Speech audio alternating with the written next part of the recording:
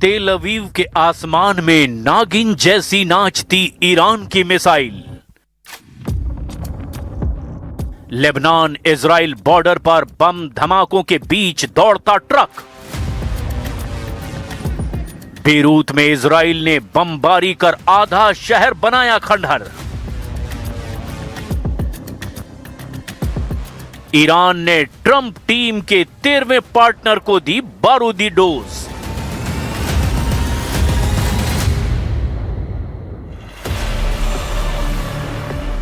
America, Israel और Iran के युद्ध में सबसे ज्यादा तबाही कहीं अगर हुई है तो यहीं हुई है, और ये है लेबनान। यहां इजराइल अकेले कोहराम मचाए हुए है। जब पूरी दुनिया की नजरें ईरान पर टिकी है, जब ईरान के हमलों का खौफ 13 देशों तक फैल चुका है, तब इजराइल सब कुछ छोड़कर सिर्फ लेबनान को मारने में लगा हुआ है। नेतन्याहू इसी मौके का इंतजार भी कर रहे थे। अमेरिका के युद्ध में आने के बाद से उन्होंने बेरूत को बारूदी कब्रिस्तान बना डाला है। अमेरिका जहां ईरान को घुटने पर लाने के लिए जोर लगा रहा है, तो वहीं इजराइल ईरान के लड़ाका ग्रुप का टोटल सफाया करने में लगा हुआ है। दोनों देशों ने जिन हथियारों से तबाही मचा रखी है, जरा उनकी एक झलक भी देख लीजिए। अमेरिका के सबसे खास हथियारों के डेब्यू में से एक है low cost unmanned combat attack system Lucas drone. America की नेवी जहाजों पर लगे हाई एनर्जी लेजर से ईरान के ड्रोन और छोटे जहाजों को भस्म कर रही है। अमेरिका के कुख्यात B-2 बम वर्षकों और F-35 जंगी जेटों ने ईरान में कहर ढा रखा है। ट्रंप की प्रिसीजन स्ट्राइक मिसाइलों, जिनमें हाइमार्स और multiple launch rocket system launcher शामिल हैं, उनका तहलका दिखाई दे रहा है। इन सबसे ज्यादा ईरान को जिस हथियार ने झटका दिया है, वो है ट्रंप की टॉम हॉक क्रूज मिसाइलें।